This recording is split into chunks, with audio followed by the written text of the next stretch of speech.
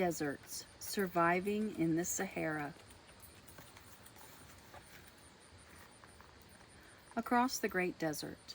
René Caillier stared out at the Great Desert. He had already traveled thousands of miles. He had crossed the ocean and trekked through swamps and forests. After many days, René had reached the mysterious city of Timbuktu. Now he needed to return home. If René made it back to France, he would be famous. He would claim a huge prize of cash and gold. No European explorer had ever returned alive from Timbuktu. To become the first, René had to cross the most dangerous section of the Sahara Desert, a place so extreme that no one could survive there for long. Where are deserts? Deserts are large, dry areas where few trees grow. They cover about 1/5 of Earth's surface. Deserts can be covered in sand dunes or littered with rocks. They can be flat or mountainous. Some deserts are very hot, while others are mild and bitterly cold. One feature all deserts share is a lack of rain. Most deserts average less than 10 inches of rain a year. Some years there might be no rain at all. The Sahara is the largest desert in the world. It is about the size of the United States. The Sahara stretches 3,000 miles from west to east. Desert conditions. Deserts are some of the harshest places on Earth. Strong winds pick up sand and cause deadly sandstorms, which make travel difficult. Mirages are tricks of the eye that occur when light passes through heated air. A person may see water that isn't really there. Getting lost in the desert can be fatal if travelers run out of water. Desert wildlife. Desert plants and animals have adapted to survive the land's harsh conditions. Cactuses store water in their stems. Their roots spread out near the surface. That way they can capture water from the lightest rains. Some desert plants do not flower for months or years. They burst into bloom when rain finally comes. Camels have wide, flat feet that keep them from sinking into the sand. They can close their nostrils to keep out grit and dust. Camels can survive over a week without water. The humps on their backs store fat. This fat can be used as food when grass cannot be found. Desert people. People who live in the desert must also adapt to survive. In the Sahara, towns are built around oases. These are places in the desert that have fresh water. The water comes from pools underneath the ground. Timbuktu is an oasis town founded 1,000 years ago. The Tuareg have lived in the Sahara for centuries. They were originally nomads. They rode across the desert on camels or horses. They searched for grass to graze herds of goats and cows. In René's time, the Tuareg controlled the desert trade routes. Along them, merchants led camel caravans loaded with goods. Mysterious Timbuktu. To Europeans in the 1800s, Timbuktu was a mysterious place, a magic desert city. No European had ever seen it and returned alive. Timbuktu was so rich, people said, that the streets were paved with gold.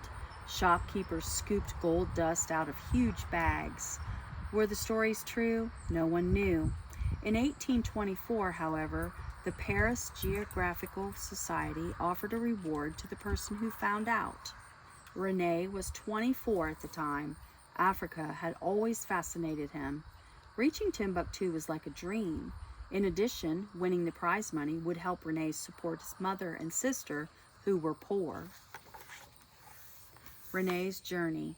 It took René 3 years to begin his journey. He studied the Arabic language, he earned money for the trip, and then in April 1827 he set off for Timbuktu from the West African coast. René walked through tropical jungles. He climbed mountain paths. He floated along the Niger River. On April 20th, 1828, René finally arrived in Timbuktu, 1 year after he set out. Renee quickly discovered the truth about the mysterious city. There were no streets of gold. The town's glory days were long gone. Timbuktu was poor, dusty, and hot, unbearably hot. After 2 weeks, Renee was ready to leave. The Great Trek begins. On May 4th, 1828, Renee begins his long journey home. He joined a caravan carrying ostrich feathers, gold, and ivory to North Africa. It was a difficult time to be traveling through the desert. The Sahara's cruelest season, summer, was beginning. The sand sizzled with heat. Touching the sand felt like touching a hot stove. The caravan traveled mainly at night. Neither human nor camel could handle the fierceness of the sun.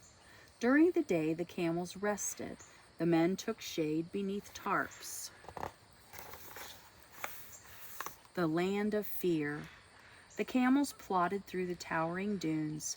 Hours became days. Days became weeks. The caravan entered a place known as the land of fear. Here, there were no plants, no trees, no life. Wells could be 200 miles apart. Water had to last. Each man got 1 cup a day. When men begged for more, caravan leaders laughed at them. One afternoon, Renee stared at a great red cloud rising up ahead. A sandstorm was coming. The sky disappeared. Swirling winds attacked. Camels fell to the ground and buried their faces. Men were tossed by the winds, their eyes and throats stung with burning sand. Out of the Sahara. The caravan had no water left by the time it reached the buried wells of Tilig. The frenzied men attacked the sand with shovels. The camels nearly trampled them. They were thirsty too. To finish digging, the men had to beat the camels back. At last, water began flowing. Renee threw himself face down into the pool. Renee had survived the worst of the Sahara. A few weeks later, he reached the desert's edge. On foot and by donkey, Renee had headed for the coast. In Tangier, he boarded a boat to France. Crossing the Sahara today. Camel caravans still journey to and from Timbuktu. Today, however, there are many other ways to cross the Sahara. Most goods are transported in vehicles. Trucks have replaced camels as the ships of the desert. Each year, brave racers cross the Sahara in cars, trucks, and motorcycles. They compete in the world's most dangerous race, the Dakar Rally. Tourists use jeeps to visit the strange Sahara landscapes. The journeys can be dangerous. Some travelers die or disappear, so drivers must be prepared. They must be ready to dig out vehicles stuck in soft sand, and they must have plenty of supplies for emergencies. Surviving the desert. Renee survived the Sahara. Timbuktu, however, is still battling the desert. The Sahara is getting larger. Its sand is burying everything around it. The advancing desert has covered Timbuktu's trees, damaged its water supplies, and buried many of its buildings. Still, people are working to fight the savage desert and help the city to survive. Renee was treated like a hero when he returned to France. He received his prize and a payment each year for the rest of his life. He bought a farm, got married, and had children. For the rest of his life, however, he dreamed of returning to Africa one more time. Deserts. Surviving the Sahara.